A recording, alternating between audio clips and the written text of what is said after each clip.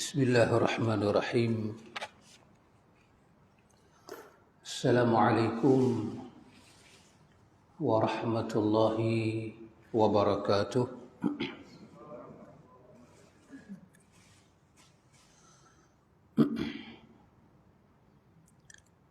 Allahumma lakal hamdu bini'matil imani wal islam, walakal hamdu bil Qur'an, walakal hamdu hatta tarda.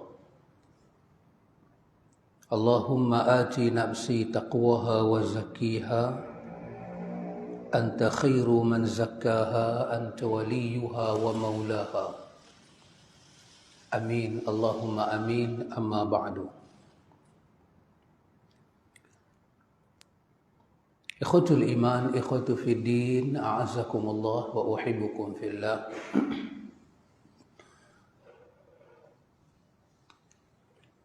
Para penonton bicara hati, para jemaah, hadirin dan hadirat, mudah-mudahan dirahmati oleh Allah Jalla wa'ala. Alhamdulillah, alhamdulillah, summa alhamdulillah. Alhamdulillah ikhwan,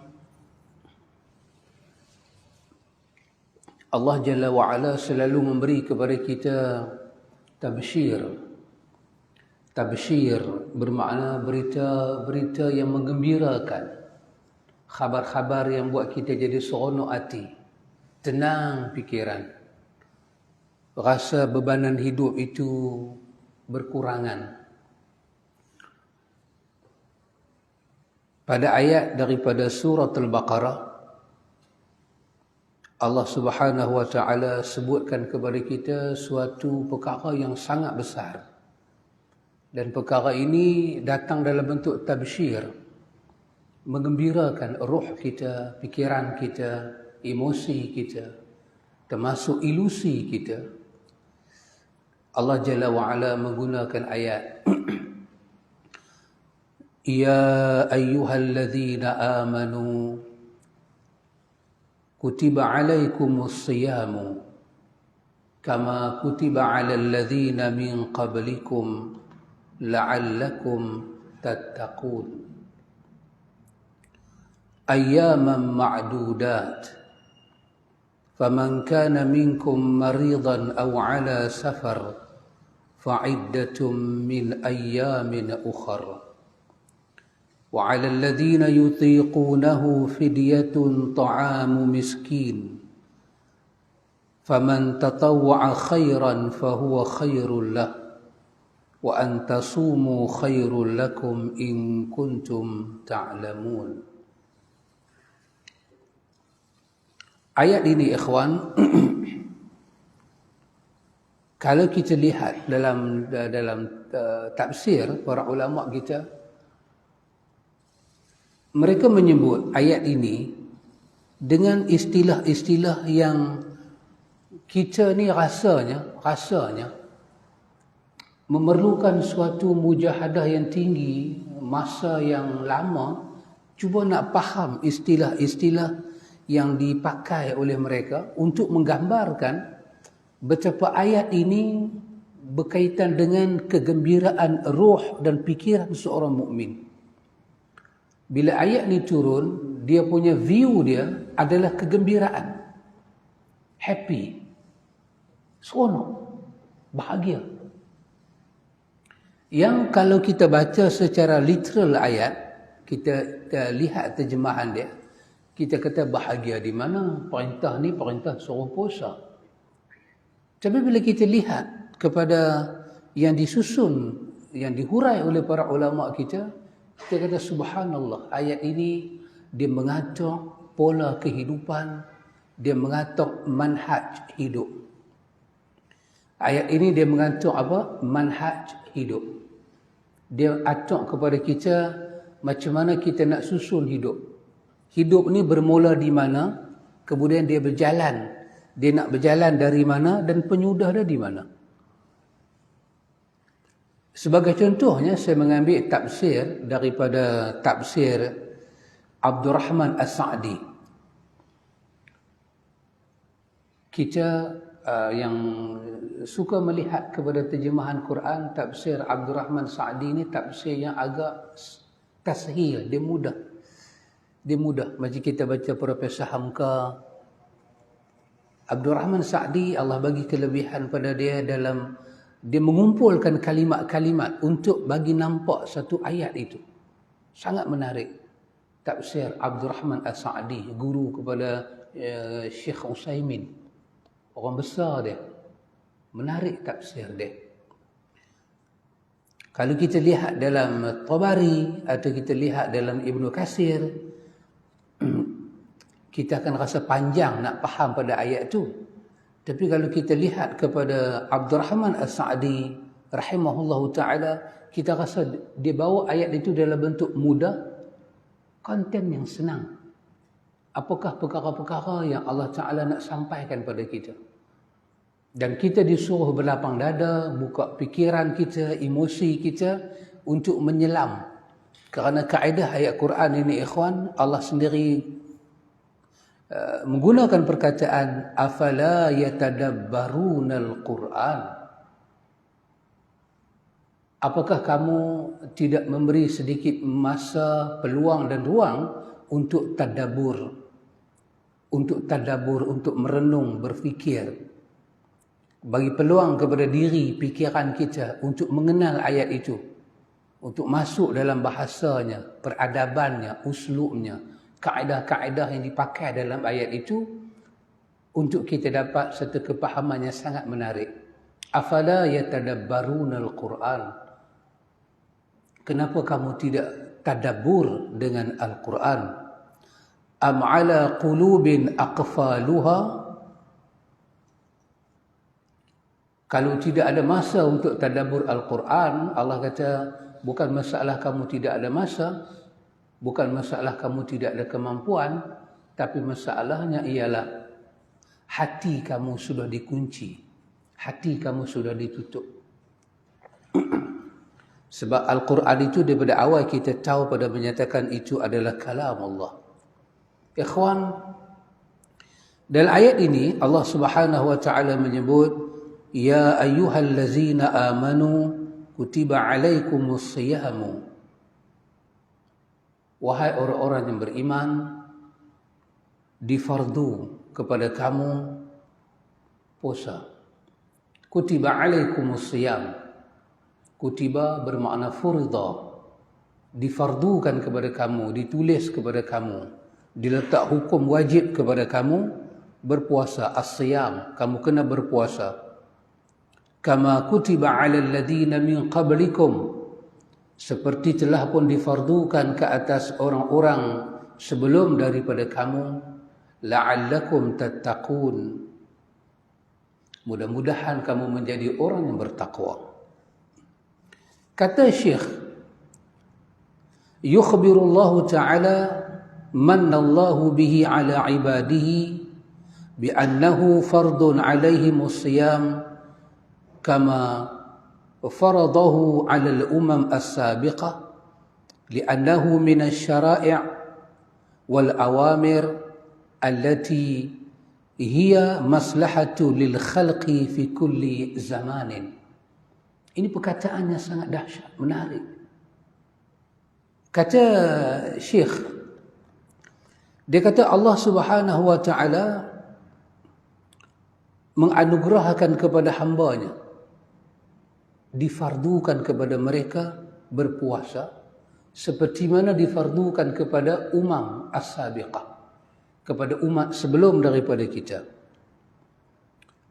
Dalam ibadat puasa ni dia kata Allah Ta'ala zahirkan syariat dia, perintah dia kepada kita, yang muatan dia menzahirkan kepada kita perintah itu, kata dia ada satu maslahatan lil khalq fi kulli zaman. Dia ada satu kebaikan, satu maslahat sepanjang zaman, sepanjang masa. Bila Allah zahirkan perintah Tuhan dalam bentuk puasa, Allah bagi kita nampak agama dalam bentuk puasa. Agamanya Allah Ta'ala suruh kita amal ni, ikhwan, ada dua pecahan dia. seperti Hujatul Islam kata dalam Bidayatul Hidayah, ada agama, Allah nak kita nampak agama dalam bentuk melaksanakan sesuatu. Dan ada perkara Tuhan namakan dia agama dalam bentuk kita disuruh menjauhi sesuatu. Kedua-dua itu digabung. Itu adalah agama. Agama tak selama-lamanya melaksanakan semua perkara. Dan agama pula tidak selama-lamanya menjauhi segala perkara. Tapi agama ini gabungan daripada dua perkara yang sangat hebat. Pada situasi tertentu, dilaksanakan perkara ini. Pada kondisi tertentu, dijauhi perkara ini. Dan sama ada melaksanakan sesuatu atau menjauhi sesuatu, konten dia ialah dia bermuatan kepada kekuatan hati. Untuk kita rasa itu adalah agama. Maka Tuhan nak kita jalankan agama dalam hal puasa ni, dalam bentuk kita melaksanakan agama, dia menampakkan agama pada kita dalam bentuk dia nak kita laksanakan puasa yang muatan puasa itu adalah menjauhi sesuatu pada masa tertentu, pada waktu tertentu. Maka semua tu dia akan tentukan apa yang patut, apa yang tak patut, masa dari mana ke mana, dia yang akan tentukan. Jangan buat perkara ni, jangan buat perkara ni. Kita tak payah fikir. Kita hanya melaksanakan konten perintah itu sahaja. Yang apa Tuhan nak kita rasa? Tuhan nak kita rasa maslahatan lil khalqi fi kulli zamanin. Maslahat ketaatan pada Allah Ta'ala itu sepanjang zaman, sepanjang masa, sepanjang tempat, sepanjang suasana kita. Bila kita berhubung dengan Tuhan, kita kena rasakan maslahat itu. Kerana itu, ikhwatul iman, untuk rasa betapa perintah Allah Ta'ala itu ada maslahat, ada kebaikan pada kita, maka Allah Subhanahu Wa Ta'ala letak muqaddimah ayat ini dalam bentuk ya ayyuhallazina amanu, wahai orang-orang yang beriman. Puasa, kita kata puasa. Perkataan puasa tu ikhwan, kerana ayat ni menyatakan kama kutiba 'alal ladzina min qablikum. Bukanlah satu benda yang baru. Bukanlah satu benda yang orang Madinah tidak tahu. Mereka tahu. Puasa sahaja dengan makna kata belajar dalam Al-Iqna' sebagai contoh dalam kitab fiqh, dengan makna kata imsak. Puasa bermakna imsak, menahan diri daripada al-muftirat, perkara yang membatalkan puasa, daripada terbit fajrus sadiq, fajar sadiq, sehinggalah ghurub matahari ma'aniyah, beserta dengan niat. Kesemua orang tahu itu puasa. Puasa dengan makna kata tak makan, tak minum, menjauhi perkara batal puasa. Puasa sahaja di atas nama puasa, dia tidak ada kelebihan apa-apa pun. Tak ada kelebihan apa-apa. Ayat ini meletakkan kedudukan puasa satu kelebihan besar apabila dia digabungkan dengan satu benda lain, iaitu jalan mencapai takwa. Barulah puasa itu istimewa. Di atas nama puasa, di atas nama puasa, tak makan, tak minum, dia tak ada kelebihan. Dia biasa-biasa saja. Tak ada apa-apa. Apakah kelebihan tak makan? Apakah kelebihan tak minum? Biasa-biasa saja. Maybe kolesterol kita turun. Maybe dalam bentuk begitulah. Tapi puasa yang digabungkan dengan Lailatul Qadar, puasa digabungkan dengan suatu manfaat yang besar di hari akhirat, puasa itu diangkat pada satu kedudukannya luar biasa, sehingga ada babur rayyan. Sampai mulut orang yang tak makan, tak minum, itu atyab min rihil misk, lebih wangi daripada wanginya kasturi. Itu apabila puasa itu dijadikan jalan menuju takwa. Artinya bila puasa itu dipisahkan dengan jalan menuju takwa, maka puasa tidak ada arah apa-apa. Puasa biasa-biasa saja. Maka kesemua agama ada cara puasa dia. Tapi Islam, dinul haq, dinul rahmah. Agama benar ini, agama rahmah ini, dia tidak suruh kita puasa seperti mana suruhannya ada dalam agama-agama lain. Tetapi dia jadikan puasa itu jalan menuju takwa. Artinya yang kita nak raih itu adalah takwa. Maka puasa boleh membentuk khisal itu. Puasa boleh membentuk perkara menuju takwa itu.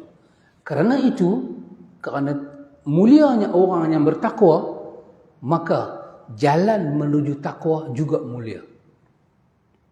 Sebab dalam Al-Quran Allah tidak memuji orang yang puasa. Allah memuji orang bertakwa. Inna akramakum indallahi atqakum. Sungguh kata Allah, sungguh yang mulia di sisi Allah adalah yang bertakwa. Sungguh yang mulia di sisi Allah yang bertakwa. Maka orang mukmin dia akan puasa, orang mukmin dia akan salat. Tapi salat orang mukmin berbeza dengan salat orang munafik. Puasa orang mukmin berbeza dengan puasa orang yang fi qulubihim marad. Dalam hati dia ada penyakit, dalam fikiran dia ada penyakit. Dia sentiasa kena sindrom satu penyakit kerohanian. Saya tak mampu, saya tak dapat capai, aku tak boleh, takkanlah aku dapat. Itu orang-orang yang ada penyakit fikiran dan penyakit hati. Orang macam ni, bila dia start puasa, dia akan bagi rosak puasa dia. Dia akan blok puasa dia daripada mencapai takwa.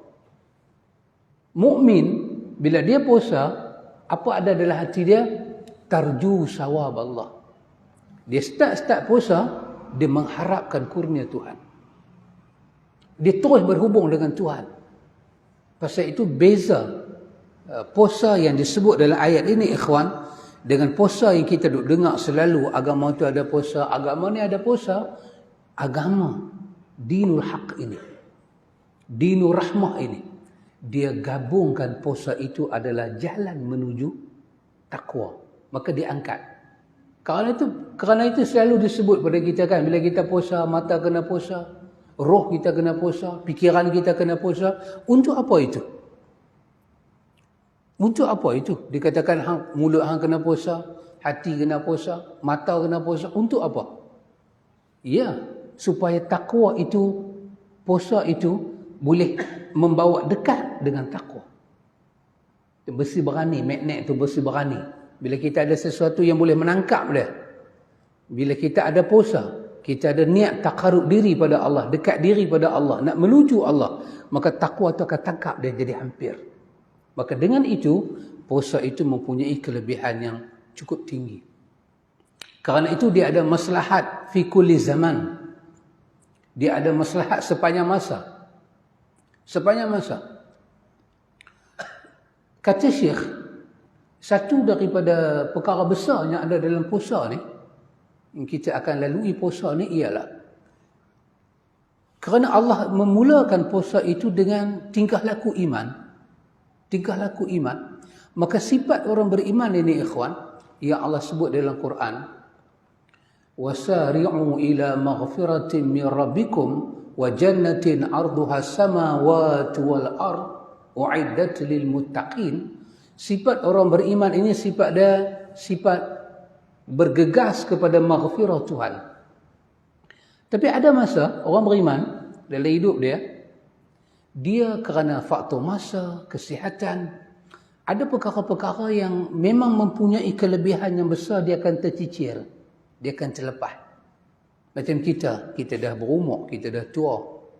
Ada perkara-perkara mungkin ibadat sunat, kita nak baca Quran dengan lebih banyak seperti mana orang muda yang tak penat, tak ada asma, tak ada lelak. Kita tak boleh buat. Kita mungkin kurang. Orang muda yang ada masa, dia tak ada penat, dia tak ada apa, dia boleh baca Quran dengan sempurna, dengan cantik, dengan tarannum, dia boleh perbaiki lagi, dan dia boleh musabaqah lagi, dia boleh berlumba lagi, dia tak buat. Puasa daripada khisal orang yang bertakwa, perkara orang bertakwa ialah dia datang, dia memberi peluang kepada kita mengambil balik peluang-peluang yang telah tercicir, baik orang tua maupun orang muda. Ada benda setahun sudah telah berlalu, dan kita tak boleh nak buat apa, dia dah pergi habis dah. Puasa Allah bagi dia datang dalam bentuk maratan. Dia datang berulang, dia datang lagi, dan dia datang lagi untuk apa? Untuk kita ambil balik ruang-ruang yang terlepas itu. Ruang-ruang yang terlepas. Ruang-ruang yang tak sempat. Satu peluang telah berlalu. Dan kita tak boleh nak cover. Allah Subhanahu Wa Taala buat puasa datang kepada kita untuk kita ambil balik peluang-peluang yang tercicir 1 tahun. Di-cover untuk 1 bulan. Sepatutnya setahun punya keciciran di-cover untuk setahun punya usaha. Tetapi Allah buat puasa tu sifat dia berulang tiap-tiap tahun, bagi peluang kepada orang tua, bagi peluang pada orang muda yang dia tahu dia telah kehilangan peluang yang besar. Allah bagi balik kepada dia peluang dan masa yang mana tercicir itu untuk dia perbaiki balik. Dia boleh ambil balik. Dan kita tahu kalau satu orang itu boleh beribadat 10 malam terakhir daripada bulan Ramadan, dia dah cover apa dalam hidup dia. Ada banyak peluang kita tercicir. Tiba-tiba Allah kata 10 malam terakhir itu khairun min alfi syahri. Oh subhanallah, benar-benar dia menjadi pengubat luka. Pengubat luka. Time ni kita orang tua, kita tengok orang muda sembahyang sunat, Allahu Akbar, banyaknya dia boleh buat, tekunnya dia boleh buat, begitu istiqamah dia boleh buat. Kita orang tua boleh buat, tapi kita tak mampu macam mana orang muda. Ataupun kita orang tua yang sakit, kita tak boleh buat macam mana orang tua yang tak sakit, dengan sempurna, dengan tamak nina. Bila datang bulan Ramadan, kita tahu kalau kita kembali tumpu 10 malam terakhir dengan kekuatan yang kita ada, maksimum yang kita ada, kekuatan kita, khairun min alfi syahri. Oh subhanallah. Itu bukan hadis, tapi itu adalah kalam Allah.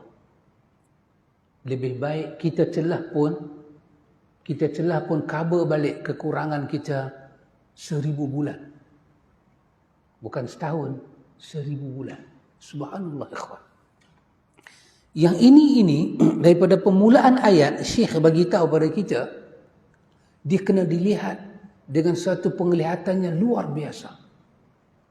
Kena dilihat dengan jiwa yang besar, fikiran yang tenang, emosi yang tidak terganggu, ilusi yang tak masuk dalam kawasan yang berlebih-lebihan, dikontrol oleh ayat itu, dipandu oleh ayat itu. Wahai orang-orang yang beriman, wahai orang-orang yang beriman. So, diberitahu pada kita hubungan iman dengan fadilat-fadilat yang ada. Walaupun kita muda, walaupun kita tua, tapi kalau kita ada masalah iman yang tidak matang, iman yang tidak elok, iman yang tidak diperbaiki, iman yang tidak diasuh, maka peluang yang ada dalam Ramadan kita tak dapat ambil. Sebab dia bukan based on tenaga saja, dia based on keyakinan. Iman hal yang berkaitan dengan keyakinan. Ya. Bila Allah bagi khabar gembira, Al-Imam Nawawi membawa riwayat yang dhaif dalam kitab dia Al-Azkar yang banyak dipakai oleh orang daripada Anas. Tapi An-Nawawi menyebut sanad dia adalah dhaif. Bila orang masuk Ramadan, bila masuk bulan Rajab, bulan Sya'ban, Allahumma balighna fi Sya'ban, Allahumma barik lana fi Rajabi wa Sya'ban, balighna Ramadan. Allahumma barik lana fi Rajabi wa Sya'ban wa balighna Ramadan. Ya Allah, berkatilah kami dalam bulan Rajab dan bulan Sya'ban, dan balighna, sampaikanlah kami kepada Ramadan. Al-Imam Nawawi menyebut dalam Al-Azkar Riwayat ini telah dibaca oleh para salafus salih tapi dia dhaif. Tidak kuat, tidak ada bukti yang kukuh dia daripada Nabi SAW. Tapi muatan kepada bacaan itu, salaf juga baca. Minta supaya diberi berkat pada kita nak sambut Ramadan. Artinya ikhwan, kalau based on tenaga, maka orang yang sihat, orang muda, banyak energi dia, maka dia lebih ada peluang dalam bulan Ramadan. Tetapi Allah dengan keadilan, keindahan, keunikan dia mencipta syariat. Bila disebut aja puasa, maka perkara pertama, dia tak bercakap soal kesihatan, tua atau muda, dia bincang soal keimanan. Inilah kekuatan yang paling tunjang dan maksimum. Ya, bila iman, kita ada iman, kita ada hubungan iman dengan Rabbul Alamin, maka kita lain macam. Lain macam. Orang bagi tahu pada kita, tua-tua, tak apalah, tak payahlah pergi Mekah dah, tua dah. Doktor pun berkali-kali tak mau buat surat. Nak sokong kesihatan kita. Tapi kita ada kekuatan iman, dia lain macam. Di sini duk pergi tandas berulang kali, berjalan daripada 50 meter, 80 meter, kita jalan pun dah cungak, penat. Orang nak sa'i, Safa dengan Marwah, bukan 100 meter. Jauh. Pi patah balik, 7 kali. Lepas tu orang nak tawaf. Bukan sikit punya masa, selekoh yang kita nak kena ambil, ruang. Tapi di sini tak larat, lutut lah, fikir sakit lutut lah, tak larat. Tapi kekuatan iman tu dia lain macam. Kekuatan. Kerana itu dikatakan kalau orang tu tak ada iman, dia hilang segala-galanya. Betul ikhwan, betul. Dia akan hilang kekuatan, segala sumber kekuatan dalam hidup. Dan iman ni kalau ada dalam hati kita, dia tolak, dia enjut kita daripada dalam tu, lain macam. Pasal tu iman dan tauhid, dia punya kekuatan dia lain macam ikhwan. Dipaham dengan nada yang betul, dibelajar dengan manhaj yang betul, dibaca dengan ilmu-ilmu yang sahih, dia memberi suatu rangsangan yang luar biasa. Sampai iman yang ada dalam hati tu, kalau ada setan dalam badan, iman tu boleh push setan tu keluar. Kuatnya keimanan itu. Maka orang boleh pergi, orang tua boleh selesai ukuf dia, selesai mabit dia, selesai meloncat dia, selesai tawaf dia, sa'i dia, tahallul dia, kesemuanya dia boleh balik dengan selesai. Tapi keuzuran dia lagu tu lah. Tapi kemampuan dia lain macam. Maka kerana itu, bila Allah nak bersembang tentang imsak bermakna kita menahan diri kita daripada makan, daripada minum, daripada buat benda yang kita boleh buat. Imsak, itu kita yang nak buat sendiri. Maka perkara yang pertama Allah ajukan dalam ayat itu adalah, wahai orang-orang yang beriman. Ya betul ikhwan. Pasal itu perkataan yang dahsyat daripada orang yang beriman telah dikeluarkan oleh Abu Bakar As-Siddiq. Abu Bakar As-Siddiq, dia naik jadi khalifah. Abu Bakar, dia naik jadi khalifah. Dia memberi ucapan sulung dia. Ucapan sulung dia ikhwan ditulis, kita boleh baca dalam bidayah, dalam bidayah wa nihayah oleh Al-Hafiz Imam Ibn Katsir. Orang tulis teks ucapan dia dan dibahas. Ucapan satu orang pemimpin, Amirul Mukminin, pemimpin orang Islam. Yang pemimpin sesudah Abu Bakar tak berani ucap macam dia ucap. Bila orang ambil balik apa yang Abu Bakar pernah ucap pada hari dia dilantik, dia menerima dengan iman, dia berucap daripada iman, pemimpin hari ini tak boleh cakap. Pemimpin dunia hari ini tak boleh cakap macam dia cakap. Dia dapat pertama dia kata apa? Ayyuhan nas, inni qad wulitu walastu bi khairikum. Dahsyat. Manusia, wahai manusia, hampa semua pilih aku. Dan dia tahu di Saqifah Bani Sa'idah, dia pun yang pilih dia. Abu Bakar tidak mencalonkan diri dia. Dia kata, inni qad wulitu. Hampa pilih aku jadi pemimpin. Tapi satu benda hampa dan aku tahu tentang diri aku. Walastu bi khairikum. Aku bukan orang yang baik di kalangan hampa. Subhanallah ikhwan. Mana ada pemimpin dunia setelah Abu Bakar? Kita yang lain, Umar mencontohi Abu Bakar. Pasal itu ucapan Umar menghampiri ucapan Abu Bakar. Manusia berani cakap. Perkara kedua dia bagi tahu, betulkan aku kalau aku salah. Perkara ketiga dia bagi tahu, yang kuat di kalangan hampa, dia adalah orang yang lemah di sisi aku. Orang yang lemah di sisi hampa, mungkin dia kuat pada pandangan aku. Satu orang pemimpin boleh kata, betulkan aku kalau aku salah. Ini ucapan-ucapan yang sangat ditakuti oleh pemimpin. Kalau orang yang duduk depan dia tu hadam, faham, reti, memanfaatkan ucapan itu, maka dia akan susah. Orang akan bangkit tentang dia di atas ucapan dia. Tapi Abu Bakar, dia naik dengan 3 ucapan sulung ini yang tak ada orang lain boleh bagi suatu ucapan begitu. Betulkan aku kalau aku salah. Ingat, di kalangan hampa ada orang kuat, tapi dia lemah dekat mata aku. Orang yang hampa kata kuat dekat hampa, dia lemah dekat mata aku. Tapi orang yang hampa ingat dia lemah, mungkin dia kuat dekat mata aku. Abu Bakar menyatakan satu perkataan besar. Ayanqusul Islam wa ana hayyun. Adakah Islam akan menjadi kurang sedangkan Abu Bakar masih hidup? Adakah Islam akan dipandang agama kurang sedangkan Abu Bakar masih hidup? Aku takkan benarkan itu terjadi. Subhanallah ikhwan. Pasal itu orang iman, bila ayat ni pandu pada kita, yang Syekh bagi tahu pada kita daripada awal tadi bahawa ayat ini adalah pola kehidupan.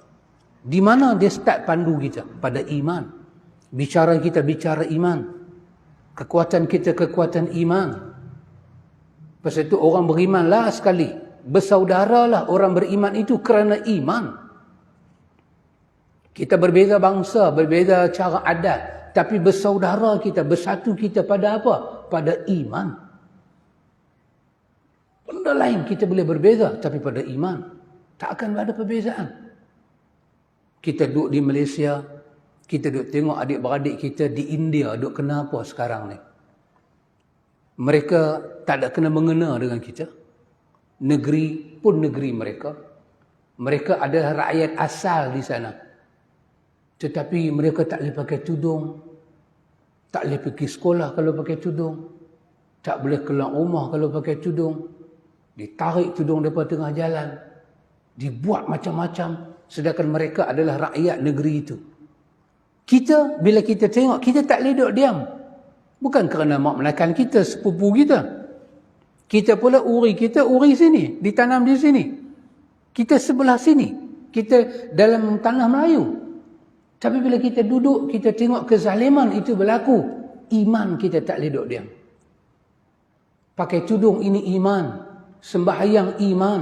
Wanita menjaga, dia protect diri dia. Dengan perkara yang tidak menjatuhkan maruah dia. Itu adalah iman.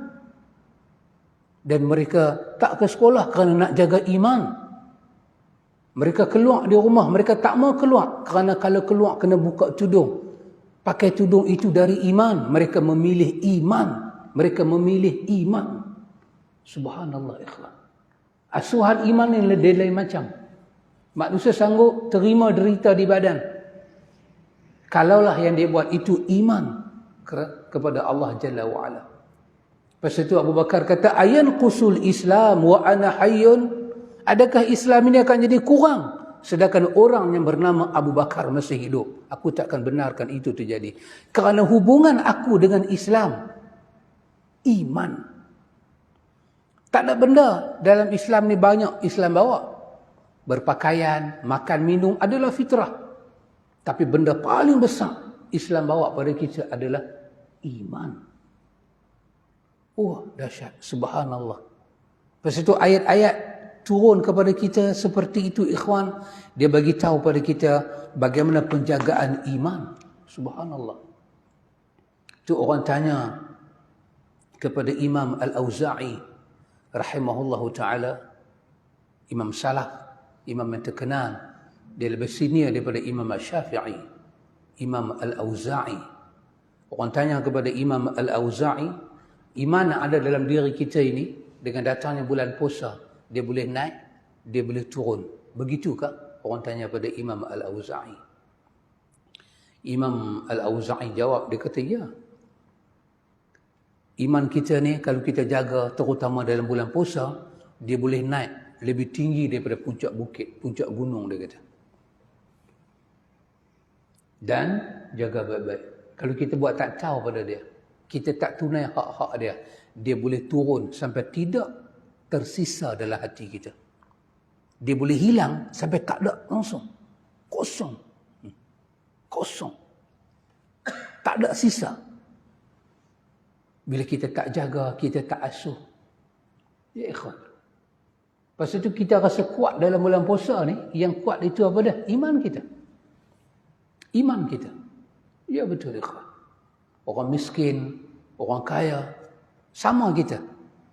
Kita baja iman, kita datang solat, kita berpuasa, kita berbuka dengan juadah yang sama. Kita beribadah. Ibadah kita sama ikhwan. Bukan kata ibadah orang kaya dalam bulan puasa lain, orang miskin lain, sama. Tetapi peningkatan iman kita tak sama. Makin kita sacrifice diri kita untuk dia, kita layan dia, kita asuh dia, kita berkorban untuk dia, kita akan rasa lain. Kita akan rasa dia tumbuh dalam diri kita tu setinggi bukit yang kukuh, kata Imam Al-Auza'i. Orang tanya pada Imam Ahmad, Imam Ahlus Sunnah. Imam Ahmad terkenal dengan nama Imam Ahlus Sunnah. Bukanlah imam lain tak sunnah, sebab Imam Ahmad mengalami tragedi berperang dengan kerajaan Mu'tazilah di kota Baghdad. Berdasarkan peristiwa itu, dia mendapat nama setelah kisah itu. Dia dipanggil Imam Ahlus Sunnah. Dan menulis kitab Usulus Sunnah yang sangat besar. Tak azan lagi Syekh. Alhamdulillah. Orang tanya pada Imam Ahmad, iman kita ni boleh naik ke? Boleh turun ke? Imam Ahmad, imam yang ke bawah, Imam Al-Auza'i di atas dia. Orang tanya pada Imam Ahmad, iman kita boleh turun, iman kita boleh naik, iman kita boleh turun. Ya, Imam Ahmad kata ya. Terutama dalam konteks Ramadan, Ramadan Al-Mubarak. Imam Ahmad kita kata iman melibatkan perkataan kita. Iman melibatkan perbuatan kita. Yang dia boleh naik setinggi mana, kata Imam Ahmad, dia boleh naik mencapai langit yang ketujuh. Tinggi sangat-sangat. Tinggi sangat-sangat. Tak tergambar kemuncak dia naik itu. Keyakinan kita, semangat kita, daya juang kita, kemampuan kita beribadat. Kita berzikrullah, bertahmid, bertakbir, bertahlil, berinfak. Apa saja di atas nama Ismullah, nama benda itu, nama Allah, kita sanggup berkorban. Sampai ke langit ketujuh. Lapisan langit yang ketujuh, iman kita boleh capai. Tapi apabila kita mensia-siakan dia, kita buat tak tahu pada dia, kita tak tunaikan hak-hak dia, dia boleh turun sampai kepada lapis bumi yang paling bawah sekali. Sampai kita tak rasa dia ada. Kata Imam Ahmad. Subhanallah ikhwan. Subhanallah, dahsyat. Karena itu ikhwan, Allah Ta'ala memulakan ayat ni kepada kita dengan apa ikhwan? Dengan seruan iman. Orang yang puasa, dia puasa, kalau dia tak jaga, dia tak ada niat kaitan puasa dengan iman, dengan takwa, dia boleh puasa. Tak ada apa-apa. Sahlah puasa itu mengikut hukum fiqhnya. Tetapi manfaat iman tak ada pada diri dia. Dia tak akan rasa apa-apa. Apa lebihnya? Kita sembang dengan sebagian orang tua dia kata, raya, puasa lagu tu, dia kata. Bila main raya, lagu tu tak ada apa pun. Kata tahun depan pun nanti lagu tu lah. Cik, dia cakap tu macam tak ada benda best. Ini semua masalah apa ikhwan? Masalah iman. Pasal itu di antara renungan kita, Syekh Abdul Rahman As-Sa'di minta kita renung kepada ikhwan, iaitu apabila Allah gabungkan Iman sebagai permulaan puasa dan takwa sebagai buruan puasa. Kita memburu. Pasal itu puasa adalah sarana kepada takwa. Dan apa itu takwa? Kita semua tahu ya kawan. Jumaat, tadi pun Jumaat. Kita dengar lagi khutbah. Dipesan pada kita apa itu takwa. Diperingatkan kepada kita apa itu takwa. Ya. Karena itu ikhwan, kata Syekh kepada kita, bila datang bulan puasa ni, dia kata wafihi, pada puasa ini dia kata, tanshitu li hazihi al-ummah li'annahu yanbaghi lakum an tanafasu ghairakum fi takmil al-a'mal wal musara'ah ila salihul khisal. Syekh kata macam tu, perkataan dia. Dia kata Allah Subhanahu wa taala memberi peluang, memberi ruang, seluas-luas ruang kepada umat ini supaya mereka bersaing dengan umat yang bukan Islam. Fi takmilil a'mal, dalam bentuk kesempurnaan amalan. Kita sedang puasa dengan cara kita. Puasa kita untuk menuju takwa. Mereka puasa, tapi puasa mereka tidak menuju takwa. Mereka tak ada kelebihan puasa macam kita puasa. Kekasih Allah, Rasulullah bagi tahu kelebihan-kelebihan puasa bila digandingkan dengan takwa. Mereka puasa untuk mencari charity dalam hidup mungkin, diet mungkin, untuk merasa kemiskinan mungkin. Mukmin tidak mencipta, kenapa aku puasa? Aku puasa kerana ini, tidak. Mukmin puasa kerana Allah telah menyediakan jalan itu ke mana.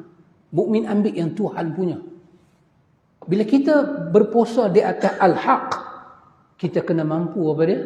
Kita kena mampu bersaing. Puasa kita, kekuatan iman kita kena mampu bersaing dengan mereka. Pada apa? Persaingan itu kepada salihul khisal. Tercetusnya perkara-perkara kebajikan. Kerana sesungguhnya wa innahu laysa minal umur al-thaqilah allati ikhtasaitum biha. Puasa ini bukanlah satu perkara yang beban yang Tuhan telah pilih kepada kita. Bukan beban. Subhanallah ikhwan. Kita tak boleh dapat semua penglihatan ni. Melainkan kita nak kena masuk dengan mata kaca, dengan renungan iman. Ya. Iman kita bermula dengan asyhadu an la ilaha illallah wa asyhadu anna Muhammadar Rasulullah, dan diikat dengan 6 rukun iman. Ya, di situ renungan kita. Kita menyaksikan ibadah kita hanya untuk Allah. Dan aturan ibadah itu semuanya kita ambil daripada Muhammad, jalan menuju Tuhan. Kita nak bawa diri kita menuju wajah Tuhan. Dan Allah menyediakan keajaiban demi keajaiban dalam muatan puasa pada kita ikhwan. Subhanallah. Kemudian Syekh kata kepada kita ikhwan, boleh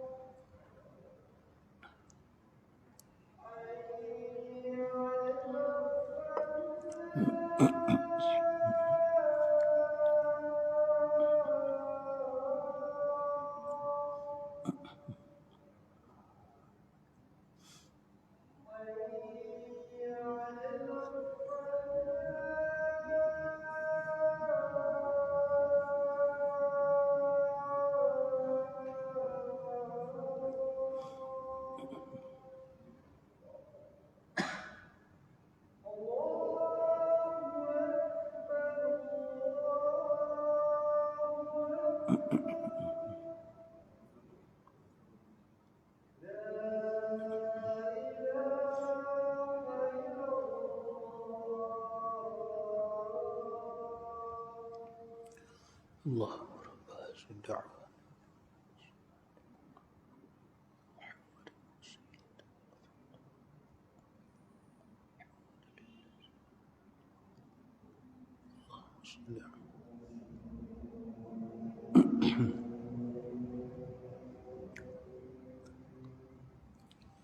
Ikhwatul iman, ikhwatu fid din, a'azakumullah wa uhibbukum fillah.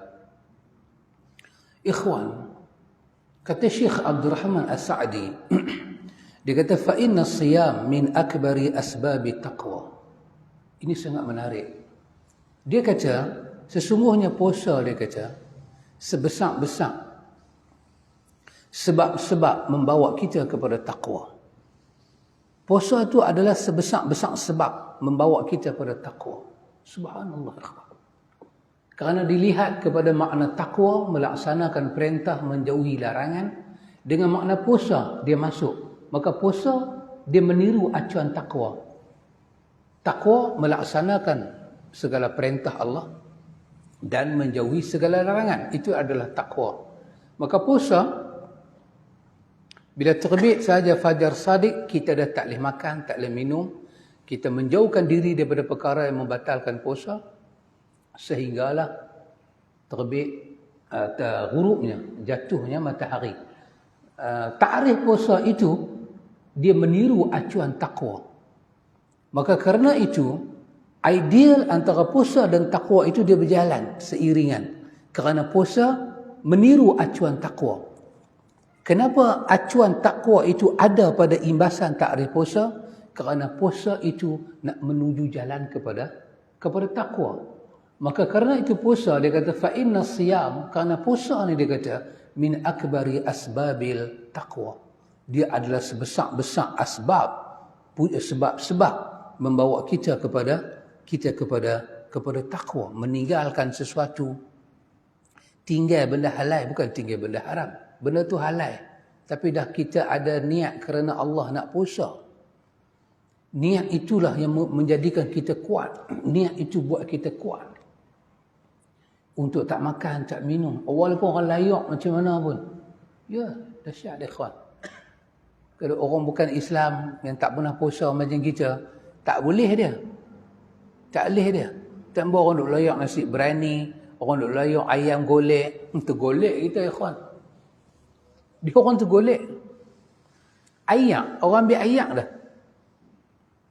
Kerana itu saya ingat pengalaman kalau di Sahara, benda paling besar di Sahara ni adalah sebutir ayak, secawan ayak. Cukup dah.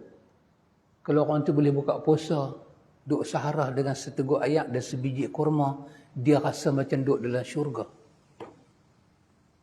Lepas itu saya dengar tazkirah yang disampaikan di Sahara. Bila ayat summa latus'alunna yawma izin 'anil na'im. Dia sampai tazkirah. Badui sampai tazkirah. Allah kata summa latus'alunna yawma izin 'anil na'im. Aku tanya balik nikmat aku ke hamba. Aku tanya balik nikmat aku ke hamba. Maka bila tanya nikmat balik, badui dia akan tunjuk ayat dengan sebiji kurma. Dia kata inilah Tuhan akan tanya kita balik. Kerana dua benda inilah kita boleh hidup, kita boleh bekerja, kita boleh berjalan. kita boleh protect diri, kita boleh jaga maruah diri daripada musuh, kita boleh bertarung dengan musuh, kita boleh beragama kerana ayak dan kurma masuk dalam badan. Esok Tuhan tanya dua benda ni saja, kita tak boleh jawab. Itu badui yang duduk di tanah Arab, ikhwan. Dia tak duduk hotel, dia tak rasa aircon, dia tak rasa buka puasa macam kita. Dia kata, aku jenuh nak jawab dengan nikmat Tuhan ni tentang ayak dan kurma. Maka Nabi ajak kita apa? Nabi ajak kita syaqal tamr. Bila duduk depan badui, Nabi kata hormat mereka, koyak kurma. Koyak kurma, bagi kat mereka. Dia dengan tak ada makan, dia boleh koyak kurma, bagi kat kita sebelah. Penghayatan agama dia tinggi. Sedangkan ayak ni ada apa sangat, sahabat? Satu orang ajak kita buka puasa, kita pergi rumah dia buka puasa, dia bagi pada kita ayak secawan, kurma sebiji. Kita boleh ingat lepas 14 tahun. Orang kata, pengalaman buka puasa rumah kawan saudara kita macam mana? Kita tak panggil saudara, kita kata makruf tu. Sampai lah aku ingat, dia bagi kat aku ayak dengan kurma sebiji. Dah sebiji keras nak mampu. Isi lagi keras pada biji. Kita tak rasa nikmat. Badui kurma-kurma keras ni, saya tengok dia pun ambil, dia bercelok dalam ayak. Biar asal ayak. Lagi dia punya kulit tu timbul, dia ambil, dia tak tepi. Dia gesel-gesel. Dia makan. Nama kata kurma dia tak caci. Hang bagilah macam mana. Dia kata ini adalah summa la tus'alunna yawma izin anin na'im. Aku tak boleh jawab dah dengan Tuhan. Kenapa dia boleh rasa lagu tu, ikhwan? Kerana iman. Betul. Pasal itu luar biasa orang Islam sambut Ramadan Al-Mubarak. Luar biasa. Kerana apa, ikhwan? Kerana sunnah yang bimbing kita. Nilai iman, kemampuan iman. Pasal itu kita berjuang untuk iman ni lain macam, ikhwan. Kita tak takut dengan kita punya bi'ah. Walaupun sebahagian daripada undang-undang peraturan hidup kita tak membenarkan. Tapi kalau kita rasa benda tu tak masuk, benda tu tak ghairu ma'qul, benda tu tak reasonable dengan iman, kita sanggup langgar. Walaupun peraturan kata jangan langgar, tapi kita rasa tak menjaga iman, kita akan langgar juga. Ya ikhwan. Pasal iman ni segala-gala untuk orang Islam. Kalau mati tanpa iman bermakna mati tak ada apa-apa, kosong. Ji'tumuna furada. Kita balik furada, sebatang kara bertemu Allah. Wa taraktum ma khawalnakum wara'a zuhurikum. Kita akan tinggal semua di belakang kita. Dan kita akan berhadapan dengan Tuhan. Kita masuk dalam kubur. Orang balik, muka nangkir mai, pertama ditanya pasal iman. Marabbuka. Ditanya pasal iman kita dengan Tuhan. Dia koyak kengkapan kita.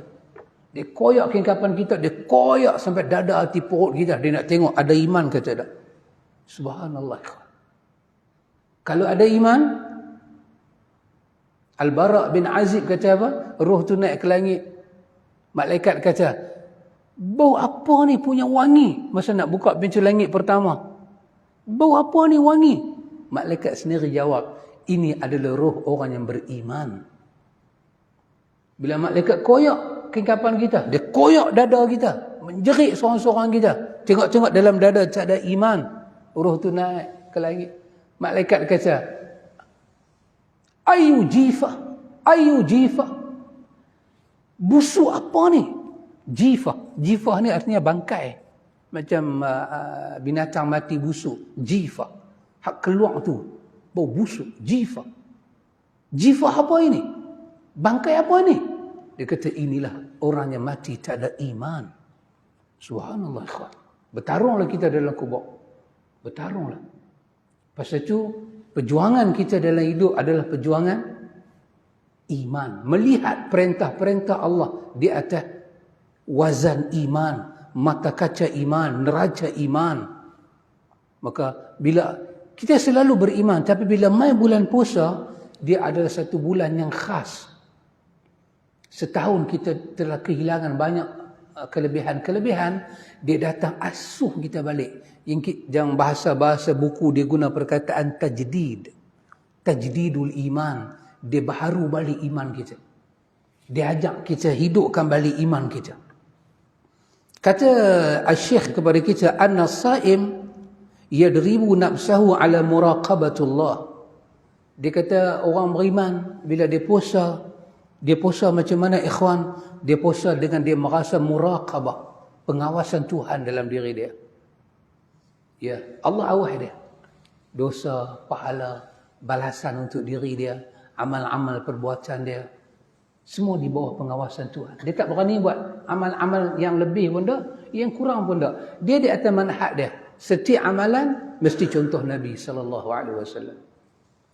Maka dia merasa pengawasan Allah Ta'ala. Dan itu dia kata. Dan itu adalah suatu apa dia? Itu adalah suatu latihan diri dia. Satu latihan dirinya Allah Ta'ala bagi pada dia. Supaya sentiasa dia merasakan. Bila berpadu muraqabah, rasa Allah awas dengan iman yang ada dalam diri dia. Dengan ibadah puasa tu pula. Dengan jalan dia duduk taktis nak menuju takwa. Maka itu suatu latihan besar untuk roh dia. Untuk dia mendapat sebesar-besar anugerah yang orang lain tak dapat, yang dia boleh dapat. Kata Syekh, wa minha anna siyam yudhiqu majari asyaitan fa innahu yajri min bani Adam yajri Adam. Syekh kata dengan kita puasa ni, Syekh kata Allah Ta'ala menjempitkan jalan syaitan, jalan dalam badan kita. Syaitan jalan dalam badan kita dengan apa? Dengan darah. Fasiyamu yu'dafu. Maka puasa itu melemahkan, menyempitkan laluan syaitan, bisikan syaitan dengan ketaatan kepada Allah. Dan itu adalah jalan menuju takwa. Bila kita tak makan, kita tak minum, ada yang berlaku pada darah kita, daripada jantung kepada otak, otak ke seluruh badan kita, maka disempitlah jalan-jalan syaitan dalam diri kita. Dengan itu, subhanallah, tak berlaku dalam bulan-bulan lain, berlaku dalam bulan Ramadan Al-Mubarak. Sebenarnya kelebihan itu ada dalam bulan lain. Bila kita puasa sunat, itulah yang berlaku. Tapi kerana puasa sunat ni kita buat seorang-seorang. Kita buat seorang-seorang. Kita nak habaq kepada kawan kita puasa pun kita malu alah. Kita dah sampai kedai nasi kandang, dia order nasi, dia tanya kita hang tak makan ke? Alah, leceh. Bolehlah tak makan. Nak habaq kata sahabat saya puasa. Kita takut, kita habaq kita puasa, dia tak boleh makan. Dia sikit dengan sotong dalam tu duduk dah telur. Bukan boleh cerita ya khul.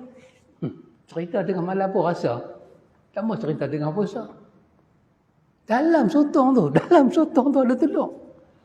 Lepas tu dengan misai sotong tu berambuk keluar. Dengan kuah campur. Dengan bendi, dengan cabai hijau tu pula. Dia letak di atas. Dengan panas-panas. Kita nak pergi habang, ini saim. Puasa lagi. Kita abang kata kita puasa, kita jujur. Sahabat saya puasa hari ni hari Isnin. Dia dah nak suar tangan masuk dalam mulut. Alamak, dia kata. Awak tak abang. Kita gamak tengok benda. Lepas tu ilmu kita pula mai. Puasa sunat, layan tamu tu wajib. Ruyuk dengan ayat 13 tu. Pasti kita buat seorang. Tapi Ramadan, kita buat ramai. Seluruh kaum muslimin memaparkan keimanan mereka pada Allah. Pasal itu syaitan jadi lemah. Dia susah. Dia nak kacau sebanyak itu. Maka Syekh Abdul Rahman Sa'di menyatakan kepada kita ikhwan, satu daripada jalan taqwa ialah annal ghina iza zaqa al-mulju' awjaba lahu zalika muwasatul faqr al-ma'damin wa hadha min khisal taqwa. Syekh menyatakan kepada kita, terutama bila orang-orang tu orang kaya, dia pemakan dalam suasana yang ikhwan saya fikirlah, saya punya fikir, kaya orang Melayu ni dengan kaya Arab ni tak sama ikhwan. Orang Melayu ni kalau dia kaya atau mana pun, dia tak jenuh makan. Orang Melayu ni kalau kaya dia berbesar dapur. Lagu tu, kita orang kaya, kita nak bagi rumah kita selesa. Betul-betul apa lah rumah sikit. Kaya sikit tukar kereta. Arab kaya lain kan. Arab kaya ni lain. Janganlah main Arab punya kaya ni. Dia boleh ambil sekok unta tu. 5 orang makan. Bukan habis pun. Sekok unta. Ikhwan. Kalau kata sekok kambing pun kita dah duk nampak. Kita duk nampak. Alamak, nanti masuk buat 16 pula. Darah tinggi naik. Harap sekok unta. Dia masak dalam tanur. Dapur yang duduk dalam apa? Tanah kan dia gali tu. Dia angkat sekali lagi daging tu jatuh sendiri. Makan berapa orang? Makan tak sampai 10 orang. Kaya kawan. Kaya. Pasal kita tengok tazkiyah yang ada dalam dunia Arab. Dia berbeza bahasa dengan dunia Melayu. Kita orang Melayu tak boleh makan begitu kawan. Kita nak makan pun tak sampai hati. Kita boleh makan nasi berani. Kita boleh order teh ais. Melo ais. Lepas tu tabuk pula melo kat atas bagi melimpah keluar. Orang lain tengok kita makan. Bukan orang lain kata kita kaya. Orang lain kata tu buta perut nak mampu. Tengok tu gila tu. Kaya. Minta darah mampu. Arab dia bukan lagu tu. Arab dia bukan lagu tu. Dia kaya sungguh. Dia kaya sungguh. Saya tengok orang putih kaya. Saya tengok orang Arab kaya. Tak ada orang kaya boleh challenge Arab yang kaya. Gila Arab ni kalau kaya. Gila kawan. Gila sungguh. Yang kita tengok ni, kita duk tengok sikit-sikit. Kita pergi tengok dalam dunia dia kaya ni. Kaya sungguh-sungguh. Dia kalau makan, dia makan sungguh-sungguh. Pasal tu Syekh kata apa? Dia kata annal ghina. Syekh tak membayangkan kaya orang Melayu. Pasal yang tulis ni orang Arab. Dia kata sesungguhnya orang kaya ni. Iza zaqa al-mulju' bila dia mula rasa lapang. Dia mula rasa lapang. Bila dia puasa, dia lapang. Dia boleh nampak seekor unta tu keluar daripada tanur tu. Daripada dapur dalam tanah tu. Dia boleh buka puasa dengan elok. Bila dia nampak lapang tu macam mana, apa akan jadi pada dia? Aujabalahu zalika mawasatul faqr. Terfikir dalam fikiran dia. Macam mana dia nak bagi kegembiraan pada orang miskin. Macam mana dia nak serve orang miskin. Dia tak fikir dah dia nak makan. Sekali dia kena apa? Zaqa al-mulju'. Dia rasa lapang daripada hati perut tu. Dan dia juga puasa di atas tuntutan iman. Pasal itu dia boleh rasa perubahan lain. Dia nak itu tak payah saya kata lah antum. Pengalaman-pengalaman kita buka puasa dalam Masjid Nabawi, bulan Ramadan, dalam Masjid Haram. Kita ni bukan Mr. Somebody pun. Kita orang Malaysia. Masuk masjid dengan kain, masuk dengan baju Melayu. Dengan kepiah. Bulan puasa. Diheret kita. Diheret kita. Setiap sah tu dalam bulan Masjid Haram nak buka puasa, diheret. Kita tak bawa apa ya khan. Tak bawa apa. Setangkai kurma, biji pun tak bawa. Tapi dia letak depan kita dengan roti, dengan susu, dengan tu. Tapi orang Malaysia ni alhamdulillah kita tengok dalam Masjidil Haram buka puasa boleh kenal orang Malaysia. Sebab dia akan bagi barang-barang bila lalu satu pos tu dia tak pergi tempat lain tu orang Malaysia. Barang tu roti kalau pergi sana dia pindah. Kalau pergi pada kawan tu tak pindah pada orang lain, confirm orang Malaysia. Dia takut sekali habis aku nak buka puasa.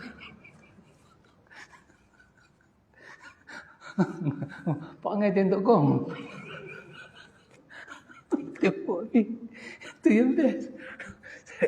Orang lain pula hantar roti pada kita. Kita pula tak bagi ke orang. Dia tu pula agak dengan orang Malaysia. Orang yang jelutung. Orang lain tak sampai orang nak bang. Benda tu duduk berjalan. Kita duduk takut. Kurma setangkai. Setangkai banyak lah. Ikhwan ada berapa biji. Duk bagi. Biji lagi kat aku. Tuhan memang Tuhan tak lupa. Takut Syekh tu yang lupa. Tapi dia ra'i kita ya kawan. Subhanallah. Nanti buka puasa di Iraq. Buka puasa dengan orang miskin dia. Buka puasa di Jami' Abu Hanifah. Pengalaman-pengalaman yang tak dapat dilupakan. Roti. Kita duduk sambut roti. Lalu pada rumah saya di Azamiyah tu. Rumah Ustaz lah. Jalan nak ke Jami' Abu Hanifah. Masjid Imam Abu Hanifah. Kita akan lalui rumah. Orang menjaga roti. Menjaga roti. Besar-besar tudung periuk pandai menari tu. Besar-besar tu. Dia masuk-masuk, dia baling dalam api. Dia tarik, dia baling lagu tu. Kita lalu debu roti mai. Kita mula-mula kena tak tahu. Jerutung punya tangan kita nak keluar. Kamjat dia kawan ni baling rezeki. Terkejut kita tengah jalan. Debu roti mai menyinggah atas muka. Dia balut dengan tepung, dia baling. Sambutlah siapa lalu sambut. Bulan puasa. Dia orang menega. Dia nak bagi pada orang buka puasa. Hamba jalan pergi masjid, hamba ambil pergi makan di masjid. Dia bagi roti je. Kuah-kuah dia tak bagi je. Kalau dia minta, dia maki sekali. Dia bagi roti minta pula. Minta pula. Tak ada kah? Apa jam kan nak celek ni? Hampir. Bagi roti di masjid ni, ikhwan. Allahu Akbar. Negeri miskin, negeri sekatan ekonomi darat, laut. Tapi Allah bagi nikmat buka puasa ni. Allahu Akbar. Nikmat. Siapa yang serve kita, ikhwan? Orang kaya. Yang makan unta sekok tu. Dia serve kita. Dahsyat, ikhwan. Dia serve kita dengan air mata. Itulah kelebihan mereka. Mereka kalau ada jiwa sedang ni, ikhwan, boleh macam. Saya jalan dengan Syekh Maulud. Habis kelas pergi minum. Jalan-jalan nak pergi kedai kopi. Orang duduk bertumbuk di kedai kopi. Habis kursi-kursi meja. Tapi tengah-tengah duduk bertumbuk tu, dia habaq Syekh lalu. Habaq kata, sallu ala Nabi, Syekh Maulud. Habaq Syekh aja. Kita tengah berkelih habaq Syekh. Lagi tidak Syekh, kawan. Syekh lalu, Syekh duduk. Syekh tak cakap, dia duduk. Dia ni bangkit, dia ni berbetul muka. Sallu ala Nabi. Sungguh, kawan, kejadian itu berlaku. Habis berdarah sana, berdarah sini. Lengan Arab besar-besar mana dia punya penumbuk. Bangkit duduk, sembang. Syekh bila bagi nasihat. Kalau dia berubah sungguh. Muka-muka berdarah ni, dia boleh belanja balik kawan tu. Aku dah pukul yang aku minta maaf lah. Aku belanja hang balik, mudah-mudahan.